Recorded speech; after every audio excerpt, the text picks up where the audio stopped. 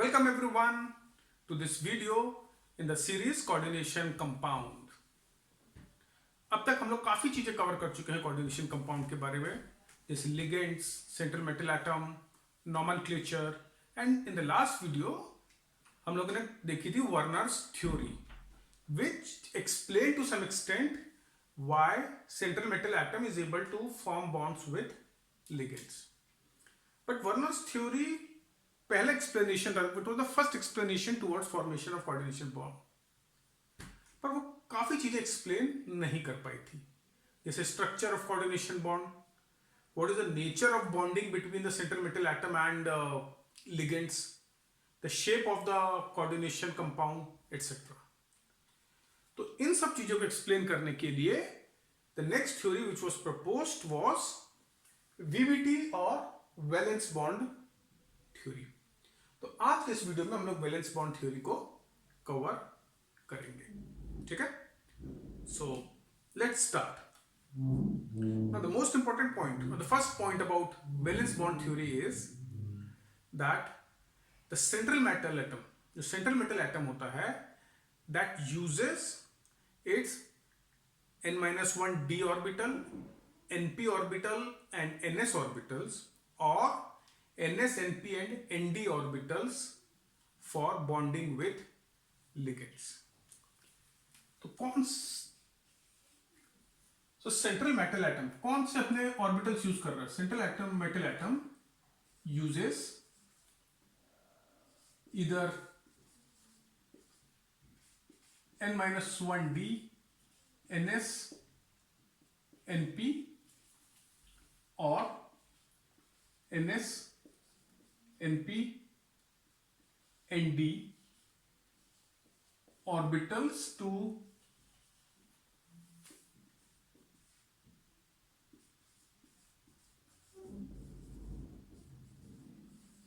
bond with ligands. तो main चीज यहां पर नोट करने की ये है कि इधर इनर डी ऑर्बिटल में भी यूज्ड और आउटर डी ऑर्बिटल में भी यूज्ड. मतलब जैसे अगर हम बात करें 3D सीरीज की, जिसमें क्रोमियम, आयरन, कोबाल्ट, निकल वगैरह आता है, तो इसके अंदर 3D ऑर्बिटल्स भी रहते हैं, अवेलेबल है उनके पास, और 4D ऑर्बिटल्स भी अवेलेबल हैं. राइट, अगर हम आयरन का स्ट्रक्चर की बात करें तो आयरन का स्ट्रक्चर क्या होता है? Argon 18, then we have 4s2,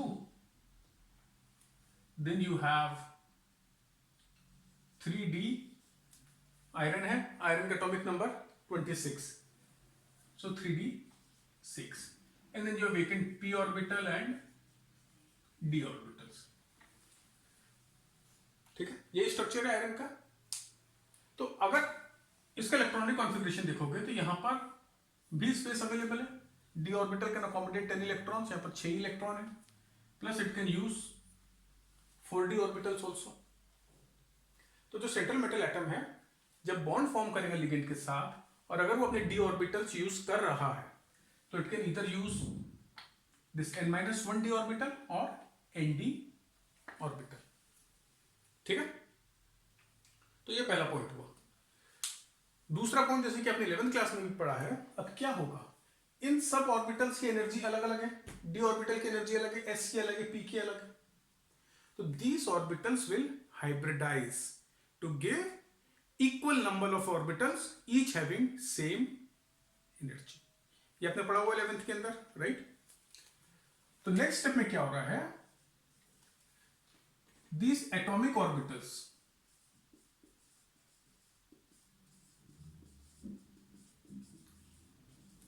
hybridize to give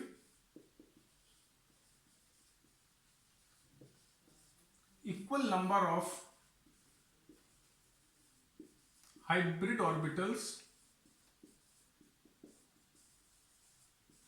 having same energy and particular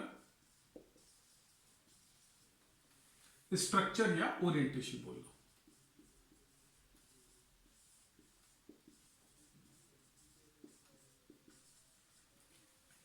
ठीक है। तो ये जो ऑर्बिटल्स पार्ट ले रहे हैं बॉन्डिंग के अंदर, ये हाइब्रिडाइज होंगे और आपको equal number of hybridise orbital मिलेंगे। यानी अगर 4 ऑर्बिटल्स हाइब्रिडाइज हो रहे हैं तो तुमको 4 हाइब्रिड ऑर्बिटल्स मिल जाएंगी और इन चारों ऑर्बिटल्स की एनर्जी, हाइब्रिड ऑर्बिटल्स की एनर्जी सेम होगी और इनका एक प्रॉपर स्ट्रक्चर या ओरिएंटेशन होगा जो कि शेप प्रोवाइड करेगा कोऑर्डिनेशन कंपाउंड को। जैसे मानो आपको एक D orbital, sorry let's say एक एस और 3 पी ऑर्बिटल्स हाइब्रिडाइज होते हैं। यहां पर मिलता है टाइप ऑफ हाइब्रिडाइजेशन और शेप। ये आपने 11th में करा हुआ है, लेकिन मुझे नहीं पता कि कितने लोगों को याद है, बट फिर भी अगर sp3 हाइब्रिडाइजेशन हो रहा है, यानी एक एस और 3 पी ऑर्बिटल्स हाइब्रिडाइज हो रहे हैं, तो the shape which we get is tetrahedral. एक डी, एक एस और 2 पी, यानी एक डी यहां से, एक एस और 2 पी ये हाइब्रिडाइज हो रहे हैं, तो you get square planar, planar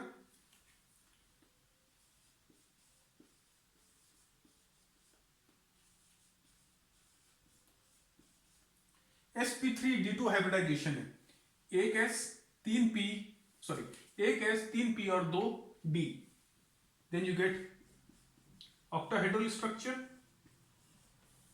d2sp3, यानी इस बार डी ऑर्बिटल कहां से आ रहे हैं, n-1 वाले, d2 एक एस और 3 p, then again you get octahedral shape. तो ये 4 शेप ही आपको मेनली 12th क्लास के हिसाब से पता होनी चाहिए। और भी शेप हो सकते हैं, लीनियर हो सकता है, 5 ऑर्बिटल्स हाइब्रिडाइज हो सकते हैं, but let's not get into that. तो इनको याद रखो कि अगर sp3 हाइब्रिडाइजेशन हो रहा है तो टेट्राहीड्रल शेप है, dsp2 होगा तो स्क्वायर प्लेनर है, sp3d2 है तो ऑक्टाहीड्रल है, d2sp3 है तो ऑक्टाहीड्रल। इन दोनों केस में शेप आपको ऑक्टाहीड्रल ही मिलेगा। ठीक है, इसके अंदर आपका आउटर डी ऑर्बिटल यूज हो रहा है, इसमें इनर डी ऑर्बिटल यूज हो रहा है। अगर डी पहले स्पेसिफाइड है मतलब इनर डी ऑर्बिटल यूज हो रहा है, और बाद में स्पेसिफाइड है तो आउटर डी ऑर्बिटल यूज हो रहा है। ओके, तो ये सारी चीजें आप लोगों ने पहले करी हुई हैं, तो एक बार रिफ्रेश हो रही है। जिसको नहीं पता है, जो भूल चुका है, वो ध्यान से समझ ले। ठीक है, third, now these hybrid orbitals will form bond with atomic orbitals of ligand which will contain the donated electron pair। ठीक है ना, ये जो हाइब्रिड ऑर्बिटल्स है ये किसके साथ बॉन्ड बनाएंगे, एटॉमिक ऑर्बिटल जो कि लिगेंड प्रोवाइड करेगा, right. So hybrid orbitals form bonds with atomic orbitals of ligands।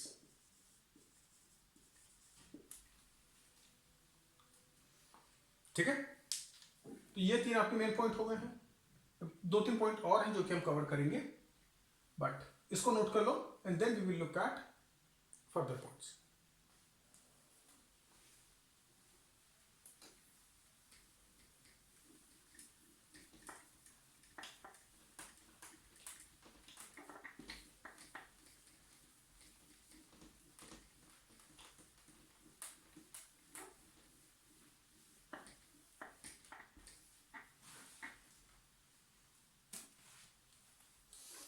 ठीक, तो अब तक हमने 3 पॉइंट्स देखे कि सेंट्रल मेटल एटम अपने ऑर्बिटल्स यूज करता है, वो हाइब्रिडाइज होते हैं, और ये हाइब्रिडाइज ऑर्बिटल लिगेंड के एटॉमिक ऑर्बिटल के साथ ओवरलैप करके बॉन्ड फॉर्म करते हैं। The 4th point which you can note down, जो कि हम ऑलरेडी कवर कर चुके हैं, वो ये है कि central metal atom can use either inner D orbitals for hybridization और outer D orbitals for hybridization. ठीक. So central metal atom can either use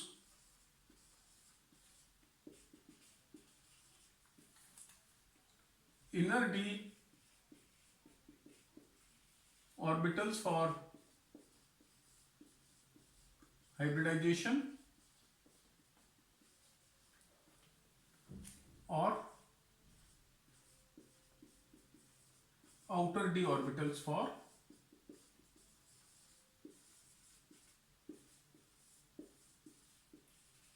hybridisation.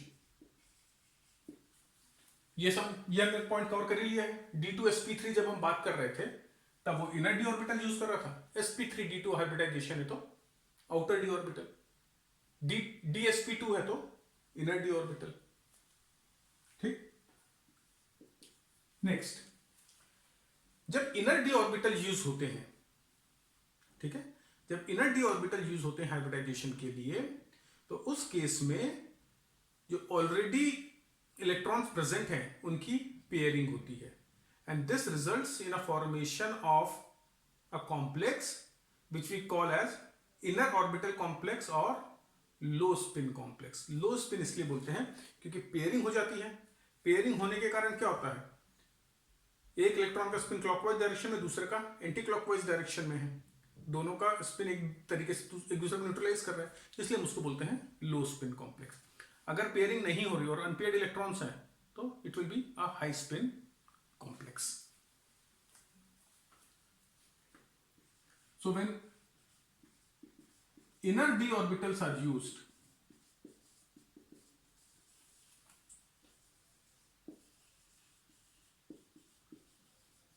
complex formed is called inner orbital complex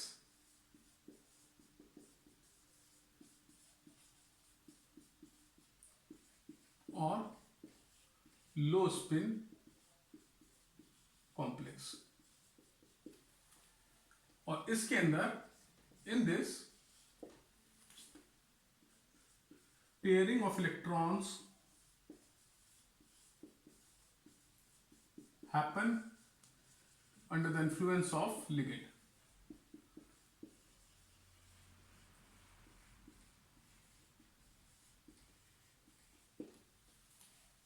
ठीक है. तो जब हम inner D orbital use कर रहे हैं कॉम्प्लेक्स फॉर्मेशन के अंदर, बॉन्डिंग के अंदर, तो उसको हम बोलते हैं इनर ऑर्बिटल कॉम्प्लेक्स और लो स्पिन कॉम्प्लेक्स. और इस केस के अंदर pairing of electron happen. Ligand के कारण पेयरिंग ऑफ इलेक्ट्रॉन्स जो कि इनर डी ऑर्बिटल्स में प्रेजेंट है होती है. जैसे अगर हम आयरन का एग्जांपल लेते हैं, आयरन में हमने देखा था कि डी ऑर्बिटल में 6 इलेक्ट्रॉन होते हैं, right. 1 2 3 4 5 and this is the 6th.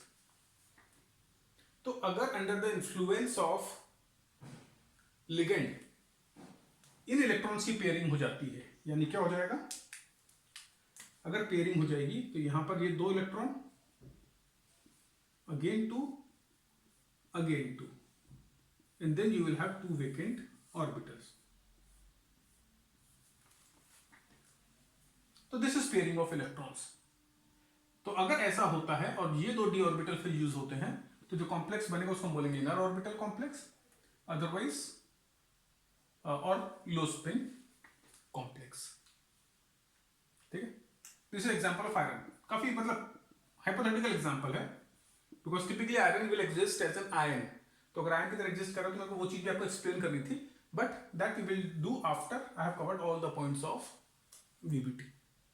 But broad understanding के लिए this is what I mean by pairing of electron under the influence of ligand. और जब ऐसा होता है तो इस केस में देखो कोई भी अनपेयर्ड इलेक्ट्रॉन नहीं बचा. ठीक है. तो this is called low spin complex. और अगर पेयरिंग नहीं होती तो इन सबको इंडिविजुअल स्पिन होता है जो कि नेट ऑफ नहीं हो रहा है, न्यूट्रलाइज नहीं हो रहा है. तो इस केस के अंदर जो कॉम्प्लेक्स बनता है उसको हम बोलते हैं हाई स्पिन कॉम्प्लेक्स. क्लियर. चलो तो नेक्स्ट पॉइंट लिख लो।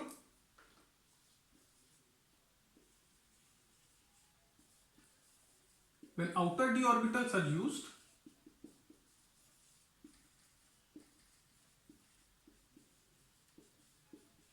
complex formed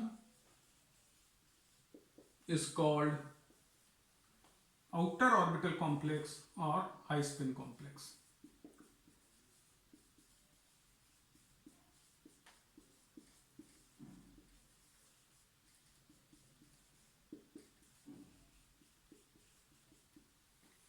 ठीक है, तो exactly opposite of this particular point. इस केस में हम आउटर डी ऑर्बिटल यूज कर रहे हैं और जो कॉम्प्लेक्स बनेगा उसको हम बोलेंगे आउटर ऑर्बिटल कॉम्प्लेक्स और हाई स्पिन कॉम्प्लेक्स। कौन सा यूज कर रहे हैं? आउटर डी ऑर्बिटल्स, यहां पे इनर डी ऑर्बिटल्स। ठीक, अब लास्ट पॉइंट के ऊपर हम आते हैं, which basically talks about the magnetic nature of the compound.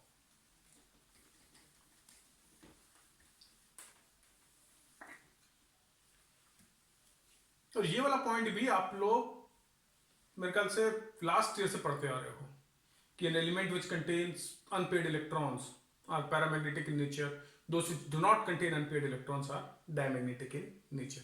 तो सेम पॉइंट है कि अगर जब हमारा कॉम्प्लेक्स कंपाउंड फॉर्म हो रहा है और उसके अंदर अनपेड इलेक्ट्रॉन प्रेजेंट होंगे, जैसे इस केस के अंदर अगर आउटर ऑर्बिटल कॉम्प्लेक्स बनाता हूं तो वो पैरामैग्नेटिक इन नेचर हो जाएगा, और अगर वो इनर ऑर्बिटल कॉम्प्लेक्स बना रहा है और उसके अंदर कोई भी अनपेड इलेक्ट्रॉन नहीं है तो वो क्या हो जाएगा? Diamagnetic in nature. तो ये इंपॉर्टेंट पॉइंट है। ये वाली चीज वर्नर थ्योरी एक्सप्लेन नहीं कर पाई थी, मैग्नेटिक प्रॉपर्टी एक्सप्लेन ही नहीं कर पाया था वर्नर थ्योरी, बट इस केस के अंदर वो मैग्नेटिक थ्योरी को एक्सप्लेन, मैग्नेटिक प्रॉपर्टी को एक्सप्लेन कर पा रहा है। सिमिलरली शेप, VBT ने शेप एक्सप्लेन कर दिया, Werner's theory was not able to explain the shape of the compound. Okay, so seventh and the final point is, if unpaired electrons are present in hybridized orbitals,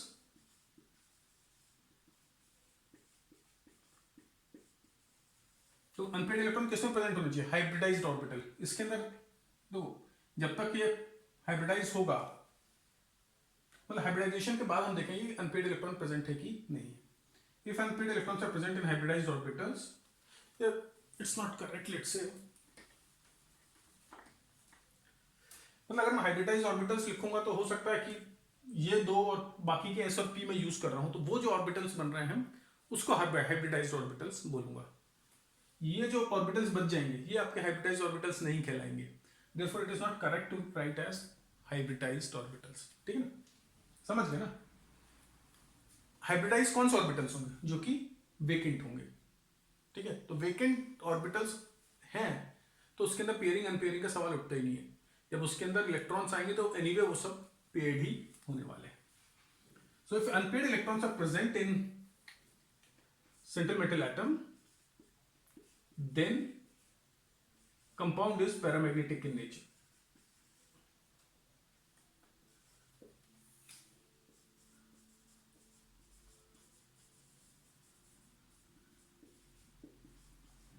Otherwise it is diamagnetic.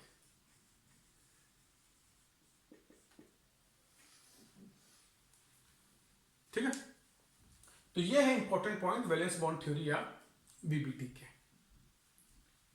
तो ये सबसे important point, ये दो तीन है, इसको आप समझो कि वैलेंस बॉन्ड थ्योरी क्या बोल रही है कि pairing of electrons is possible under the influence of ligand, और उस केस में जो कंपाउंड बनेगा, जो कॉम्प्लेक्स बनेगा, उसको हम बोलेंगे इनर ऑर्बिटल कॉम्प्लेक्स और लो स्पिन कॉम्प्लेक्स। और अगर पेयरिंग नहीं होती है and outer d orbitals are used, then it's outer orbital complex or high spin complex. तो अभी आप लोग के दिमाग में ये क्वेश्चन जरूर आ रहा होगा कि किस केस के अंदर पेयरिंग होगी और किस केस के अंदर पेयरिंग नहीं होगी। नाउ लिसन केयरफुली, जब वीबीटी थ्योरी आई उस टाइम सबको पता था कोऑर्डिनेशन कंपाउंड होते हैं, उनके मैग्नेटिक नेचर के बारे में भी आइडिया था, right? So what valence bond theory actually did was it tried to explain that observed property. ठीक है, मतलब मानो कोई कंपाउंड है, वो पैरामैग्नेटिक है, तो वैलेंस बॉन्ड थ्योरी ने उसकी पैरामैग्नेटिज्म एक्सप्लेन करने की कोशिश करी। डायमैग्नेटिक है तो उसके डायमैग्नेटिज्म नेचर एक्सप्लेन करने की कोशिश करी, एंड डिपेंडिंग अपॉन किस चीज से, पेयरिंग से एक्सप्लेन हो रहा है कि अनपेयरिंग से एक्सप्लेन हो रहा है, वो अप्रोच उसने फॉलो कर ली, राइट? मतलब क्या हुआ, उसने ऑब्जर्वेशन देखा, उसने प्रॉपर्टी को ऑब्जर्व किया, और वो प्रॉपर्टी अगर पेयरिंग से एक्सप्लेन हो रही थी तो उसने बोला पेयरिंग होगी, वो प्रॉपर्टी अगर अनपेयरिंग के कारण हो रही थी तो उसने बोला अनपेयरिंग नहीं होगी। मतलब उसने खुद से कोई थ्योरी नहीं दी, कोई रीजन नहीं दिया कि किस केस के अंदर पेयरिंग होगी और किस केस में पेयरिंग नहीं होगी। ये बहुत इंपॉर्टेंट है। आप जनरली काफी बुक्स में देखोगे या वीडियो, ऑनलाइन वीडियोस में देखोगे, so typically valence bond theory के साथ बहुत सारे वीडियोस ऐसे हैं, बहुत सारे ऑथर्स ऐसे हैं जो कि स्ट्रॉन्ग और वीक लिगेंड्स के टर्म में बात करते हैं, but it is not correct. Valence bond theory did not make any distinction between strong ligands and weak ligand. और उसने ये नहीं बोला कि strong ligand है तो पेयरिंग होगी, weak ligand है तो पेयरिंग नहीं होगी। ये strong ligand और weak ligand का कॉन्सेप्ट आया था next theory which was crystal field theory के अंदर। तो वैलेंस बॉन्ड थ्योरी में स्ट्रॉन्ग लिगेंड और वीक लिगेंड के टर्म्स में बात करना इज नॉट 100% एक्यूरेट।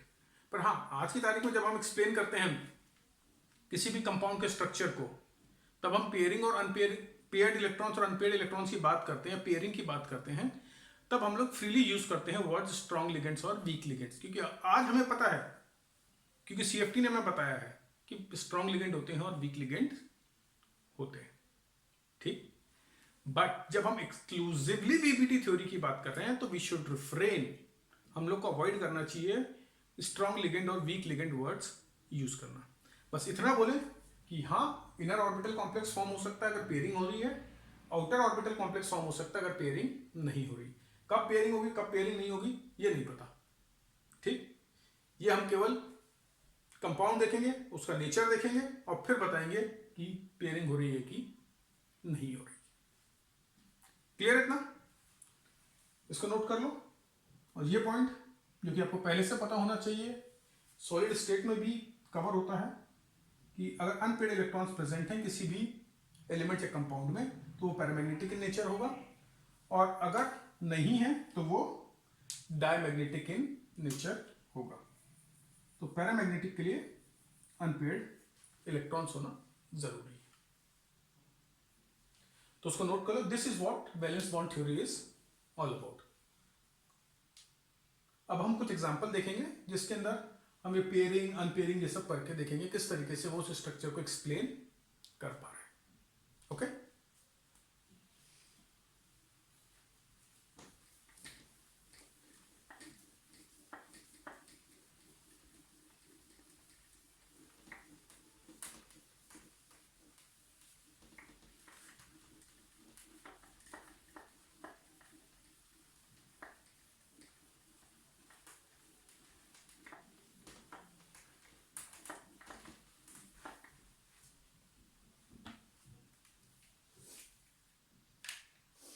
ठीक है। तो अब हम कुछ एग्जांपल देखेंगे, कुछ एग्जांपल ऐसे जहां पर पेयरिंग हो रही है इलेक्ट्रॉन्स की, यानी इनर ऑर्बिटल कॉम्प्लेक्स बन रहा है, लो स्पिन कॉम्प्लेक्स बन रहा है, और कुछ ऐसे एग्जांपल जहां पर पेयरिंग नहीं हो रही है और आउटर ऑर्बिटल कॉम्प्लेक्स बनेगा या हाई स्पिन कॉम्प्लेक्स बनेगा। ठीक है, तो let's take an example of FeCN6 4-, ठीक है, FeCN6 4-। नाउ अगर हमें एक्सप्लेन करना है बॉन्डिंग तो सबसे पहले the first step which we should do is to calculate oxidation state of iron. उसके बिना हम प्रोसीड नहीं कर सकते।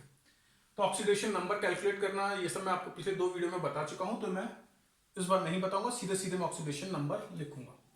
तो सेंट्रल मेटल एटम इसमें आयरन है, और आयरन का ऑक्सीडेशन स्टेट इस केस के अंदर +2। ठीक, ना एटॉमिक नंबर क्या है आयरन का?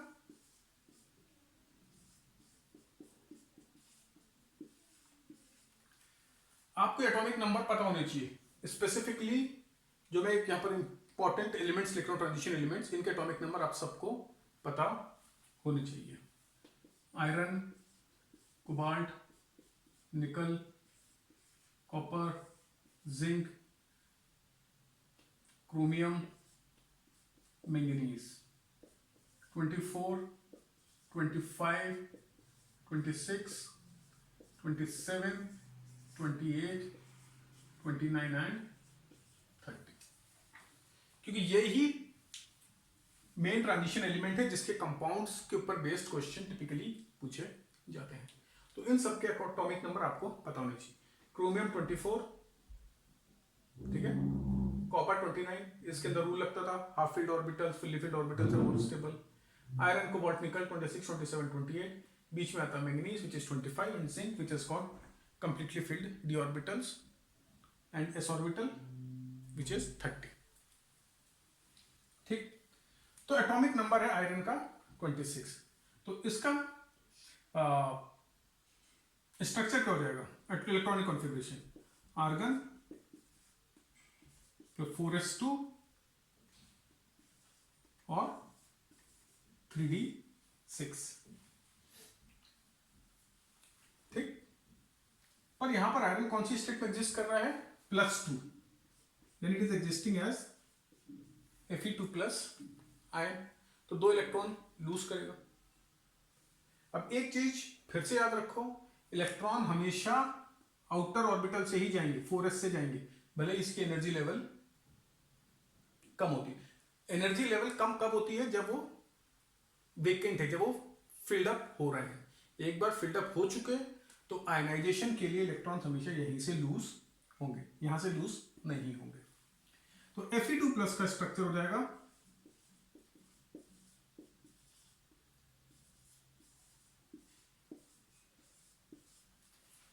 ठीक, तो उसको मैं ऐसे भी लिख सकता हूं, इसको इग्नोर कर दो, इसका कोई मतलब नहीं है।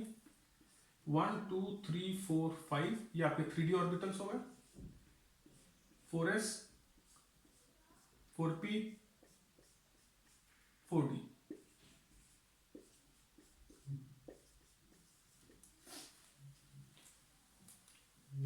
तो 6 इलेक्ट्रॉन्स हैं।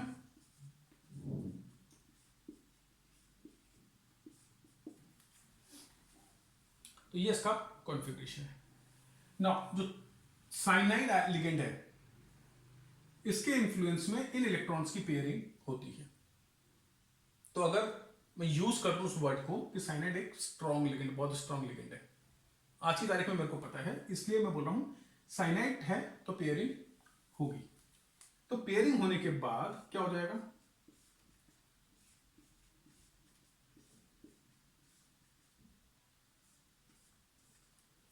ठीक, तो ये 3 d ऑर्बिटल्स फिल हो जाएंगे।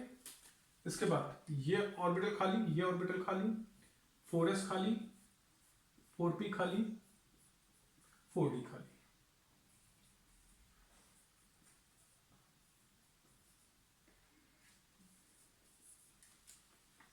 ठीक है, तो अब हमें कितने हाइब्रिडाइज्ड ऑर्बिटल चाहिए? यहां पर देखो 6 लिगेंड है, डेंसिटी 1 यानी 6 बॉन्ड फॉर्म होंगे, तो हमें 6 ऑर्बिटल्स चाहिए। तो 6 ऑर्बिटल्स कौन से मिलेंगे हमें?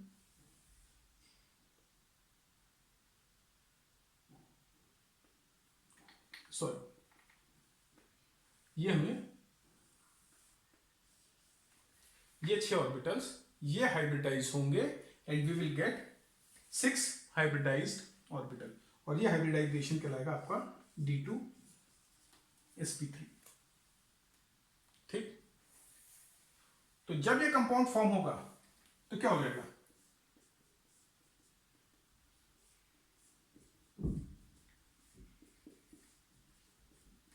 ये तो आपके अनहाइब्रिडाइज्ड ऑर्बिटल के 3D हो गए। बाकी आपके 6 हाइब्रिडाइज्ड ऑर्बिटल आएंगे और 6 के अंदर a pair of electrons which have been donated by ligand will be present।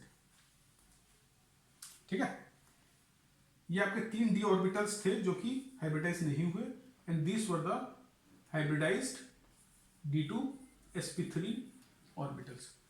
तो अगर इस स्ट्रक्चर को ध्यान से देखोगे तो यहां पर सारे के सारे इलेक्ट्रॉन्स पेयर्ड है। There are no unpaired electrons, no unpaired electrons. So the nature of this compound is diamagnetic। ठीक है, तो आपको ये लग रहा होगा कि वीबीटी ने बताया कि इसका नेचर डायमैग्नेटिक है, ऐसा नहीं है। वीबीटी ने क्या बोला, उसने देखा ये कंपाउंड, उसने देखा इसकी मैग्नेटिक प्रॉपर्टी, जब उसने स्टडी करी तो हमें पता चलता है कि ये डायमैग्नेटिक है। ओके, तो हमें पता है ये डायमैग्नेटिक है, तो डायमैग्नेटिक किस केस में हो सकता है, जब इनर ऑर्बिटल्स के इलेक्ट्रॉन की पेयरिंग हो जाएगी। तो इसलिए हमने बोला Cn के इन्फ्लुएंस के अंदर इसकी पेयरिंग होगी, तो ये पेयरिंग हो गई, हाइब्रिडाइज्ड ऑर्बिटल मिले, उसके अंदर एनीवे सारे पेयर्ड इलेक्ट्रॉन्स होंगे, so we reach the conclusion कि हाँ भैया डायमैग्नेटिक है। उल्टा उल्टा हम नहीं बोल सकते कि हमें स्ट्रक्चर पता हो, हमें केवल कंपाउंड का फॉर्मूला दिया हो और हमसे बोले कि वीबीटी के बेसिस पर ये बताओ कि डायमैग्नेटिक है कि पैरामैग्नेटिक है, तो बताना मुश्किल है। पर हाँ, हमें यह पता है कि डायमैग्नेटिक पैरामैग्नेटिक है, तो हम उसको एक्सप्लेन कर सकते हैं थ्रू वीबीटी। ठीक, क्लियर रखना इस डिस्टिंक्शन को। तो ये एक एग्जांपल हो गया आपका जिसके अंदर पेयरिंग हो रही है, नो अनपेयर्ड इलेक्ट्रॉन, क्योंकि पेयरिंग हुई, इनर डी ऑर्बिटल्स यूज हुए, आउटर डी ऑर्बिटल्स यूज नहीं हुए, तो ये इनर ऑर्बिटल कॉम्प्लेक्स हुआ। कैसा कॉम्प्लेक्स हुआ, ये इनर ऑर्बिटल कॉम्प्लेक्स।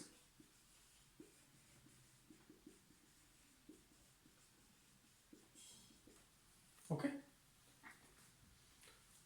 तो ये एक एग्जांपल है FeCN6 4-। एक और एग्जांपल देखते हैं, इसको नोट डाउन कर लो, इसका स्क्रीनशॉट ले लो। So let's say second example, again let's take of iron के कंपाउंड का FeNH3 2+। ठीक, so step 1, oxidation state of iron in this compound is again +2। ठीक, तो अगेन आयरन का एटॉमिक नंबर 26 होता है, then we are talking about 24 electrons. तो Fe2+ का स्ट्रक्चर क्या हो जाएगा,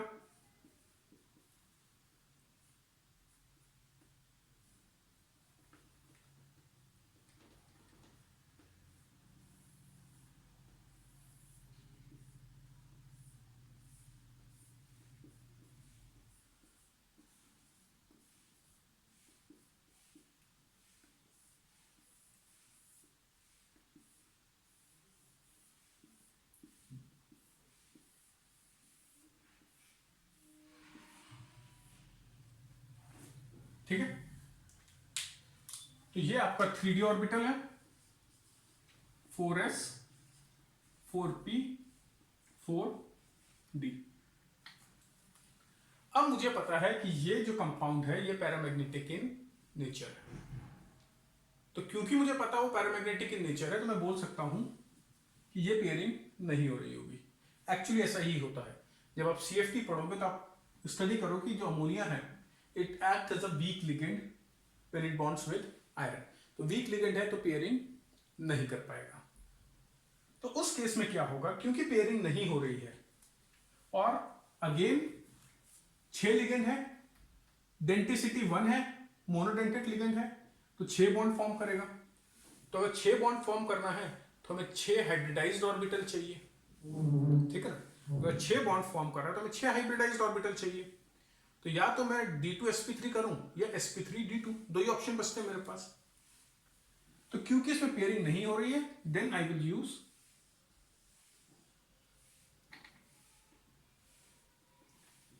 these 6 orbitals for hybridization, 1 2 3 4 5 and 6। and this hybridization will be sp3d2। और हाइब्रिडाइजेशन और बॉन्ड फॉर्मेशन के बाद क्या पोजीशन बनेगी,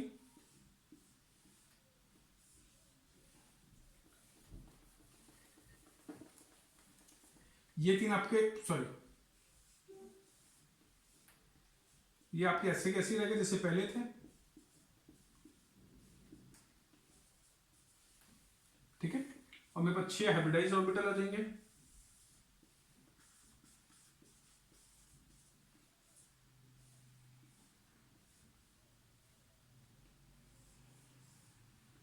जिसके अंदर इलेक्ट्रॉन पेयर रहेंगे जो कि किसने डोनेट किए हैं, अमोनिया ने।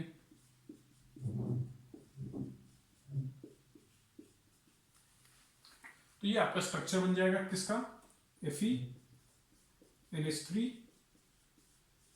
होल 6 2+ का। तो इस स्ट्रक्चर में अगर देखोगे तो there are 4 unpaired electrons which implies paramagnetic nature। और क्योंकि D2 sp3d2 है तो शेप तो ऑक्टाहेड्रल होगा ही। तो ये एक और एग्जांपल हुआ आपका। चलो अब हम एक लास्ट एग्जांपल देखते हैं जिसके अंदर हम टेट्राहेड्रल हाइब्रिड टेट्राहेड्रल शेप की बात करेंगे।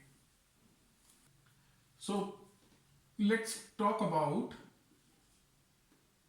this compound NiCO4।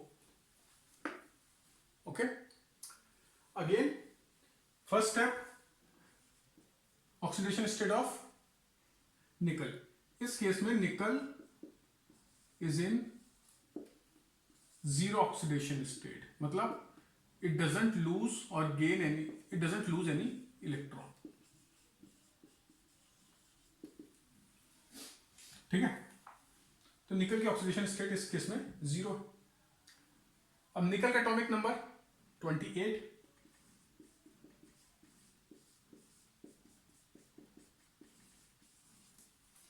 तो अगर निकल का एटॉमिक नंबर 28 है तो उसका स्ट्रक्चर क्या हो जाएगा,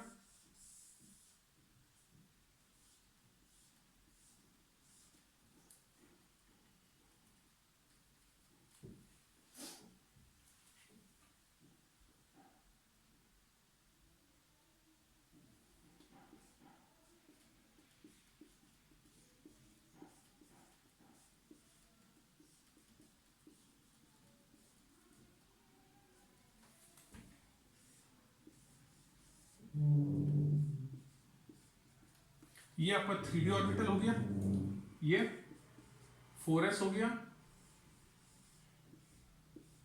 ये 4p और ये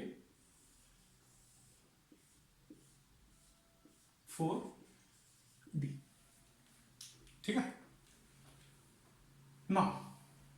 इस केस में पेयरिंग होती है, carbon monoxide carbonyl is a strong ligand, तो वो पेयरिंग करेगा।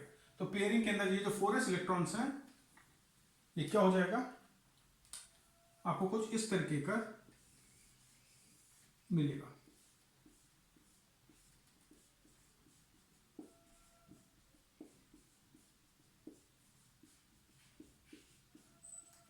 ये आपका पेयरिंग के बाद 3d ऑर्बिटल का शेप बचेगा, 4s 4p और 4d, ठीक है। तो इस केस में पेयरिंग हो रही है और जो s ऑर्बिटल के इलेक्ट्रॉन है वो भी d ऑर्बिटल में जाकर सारे इलेक्ट्रॉन्स को उसने पेयर कर दिया। और पेयरिंग होने के बाद यहां पर अगर ध्यान से देखोगे तो कार्बोनिल ग्रुप के 4 लिगेंड हैं, इसकी डेंसिटी 1 होती है, तो कितने कोऑर्डिनेशन बॉन्ड फॉर्म होंगे, 4, राइट। ये चीज कैलकुलेट करना आपको आनी चाहिए कि आपको देखना है कि कितने कोऑर्डिनेशन बॉन्ड फॉर्म होंगे, कोऑर्डिनेशन नंबर क्या है, और कोऑर्डिनेशन नंबर कैसे कैलकुलेट करते हैं मैंने लास्ट वीडियो में आपको बताया हुआ है। तो यहां पर कोऑर्डिनेशन नंबर 4 है, तो 4 बॉन्ड चाहिए, यानी 4 हाइब्रिडाइज्ड ऑर्बिटल्स चाहिए। ये चीजें आपको कोई नहीं बताएगा, ये आपको खुद को निकालनी आनी चाहिए कि कोऑर्डिनेशन नंबर कितना है। जितना कोऑर्डिनेशन नंबर है उतने ही हाइब्रिडाइज्ड ऑर्बिटल चाहिए। तो अगर कोऑर्डिनेशन नंबर 4 है तो या तो sp3 हाइब्रिडाइजेशन होगा या dsp2 होगा, और 6 है तो sp3d2 या d2 sp3। ठीक, तो इस केस में कोऑर्डिनेशन नंबर 4 है तो मेरे को 4 हाइब्रिडाइज्ड ऑर्बिटल चाहिए, तो एक ये हो गया और 3 ये हो गया। तो इसके बाद जो स्ट्रक्चर बनेगा उसमें क्या हो जाएगा, काफी सिंपल है। तो ये तो वैसे ही कंप्लीटली फिल्ड है,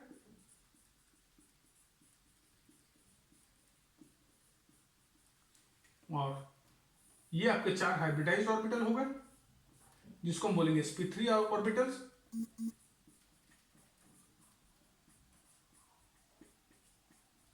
तो ये आपका स्ट्रक्चर बन जाएगा किसका, NiCO4 का, और ये है Ni का। This is after pairing. ठीक है, तो अगेन नो अनपेयर्ड इलेक्ट्रॉन्स।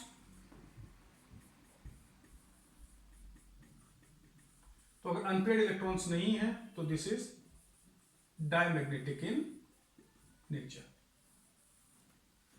तो अगर एग्जाम में पूछता है why is NiCO4 diamagnetic in nature, तो आपको ये बनाकर बता देना कि हाँ this is the reason why this is diamagnetic in nature. या जो हमें बाकी दो एग्जांपल पूछे उसका क्वेश्चन पूछता है कि व्हाई दिस इज पैरामैग्नेटिक या व्हाई दिस इज डायमैग्नेटिक, तो you should be able to draw this structure. सबसे पहले हमें क्या करना है, एक बार समझ लो पूरा मेथड। सबसे पहले हमें सेंट्रल मेटल एटम देखना है, उसकी ऑक्सीडेशन स्टेट निकालनी है। जिसको अभी भी नहीं आती ऑक्सीडेशन स्टेट निकालना, पुराने वीडियोस रेफर करें। ऑक्सीडेशन स्टेट निकाल ली तो +2 +3 +1 जो भी है, तो फिर उस आयन के लिए या उस एटम के लिए हमें इलेक्ट्रॉनिक कॉन्फ़िगरेशन लिखना है। अगर आयन के फॉर्म में है, ठीक है, कैटायन के फॉर्म में है, तो जो इलेक्ट्रॉन्स लूज होंगे सबसे पहले s ऑर्बिटल के इलेक्ट्रॉन लूज होंगे, और उसके बाद रिक्वायर्ड है तो d ऑर्बिटल से इलेक्ट्रॉन जाएगा। ठीक, पहले d ऑर्बिटल से इलेक्ट्रॉन नहीं जाएंगे।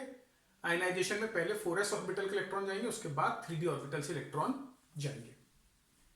तो फिर आपने अगर न्यूट्रल एटम है तो न्यूट्रल एटम का लिखा स्ट्रक्चर, और आयन है तो आयन का स्ट्रक्चर लिखा। उसके बाद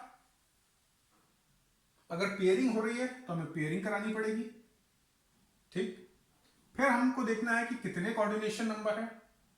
जितने कोऑर्डिनेशन नंबर है उतने हाइब्रिडाइज्ड ऑर्बिटल चाहिए, तो उतने हाइब्रिडाइज्ड ऑर्बिटल हमने ले लिए। उससे हमें पता चल जाएगा कोऑर्डिनेशन नंबर से ये हाइब्रिडाइजेशन कौन सा हो सकता है, sp3 dsp2 और sp3 d2 d2 sp3, यही केस आपको आने हैं। तो फिर आपने वो निकाल लिया, उतने हाइब्रिडाइज्ड ऑर्बिटल ले लिए, और उसके बाद आपने देखा कि अनपेयर्ड इलेक्ट्रॉन है कि नहीं है। अगर नहीं है अनपेयर्ड इलेक्ट्रॉन तो डायमैग्नेटिक, अगर है अनपेयर्ड इलेक्ट्रॉन तो पैरामैग्नेटिक। तो इस तरीके से हम किसी भी कोऑर्डिनेशन कॉम्प्लेक्स का इलेक्ट्रॉनिक कॉन्फ़िगरेशन लिख सकते हैं, उसकी मैग्नेटिक प्रॉपर्टी के बारे में बता सकते हैं। ठीक, आई होप आपको क्लियर होगा वैलेंस बॉन्ड थ्योरी क्या है और किस तरीके से पेयरिंग होने पर इलेक्ट्रॉनिक कॉन्फ़िगरेशन बनता है और पेयरिंग ना होने पर इलेक्ट्रॉनिक कॉन्फ़िगरेशन बनता है। There are many more examples which you should do to make sure that your concept is absolutely clear. You can refer to NCERT book or you can refer to any other book. There are umpteen number of examples given over there. Just practice writing the electronic configuration. ठीक, तो यहां पर हमारा valence bond theory खत्म होता है, और next video के अंदर we will start crystal field theory, and which is the last topic as far as your coordination compound is concern. हम लोग आइसोमेरिज्म अभी कवर नहीं करेंगे because at least for this year that is not the part of your course. तो crystal field theory में हम लोग देखेंगे कि पेयरिंग कब होती है कब नहीं होती, स्ट्रॉन्ग लिगेंड कौन से होते हैं, वीक लिगेंड कौन से होते हैं, क्या फैक्टर्स हैं जो डिटरमिन करता है कि लिगेंड स्ट्रॉन्ग होगा कि वीक होगा, and colour of coordination complex as well. ठीक, so I hope you enjoyed this particular video and we will meet soon with the next video. Thank you and have a nice day.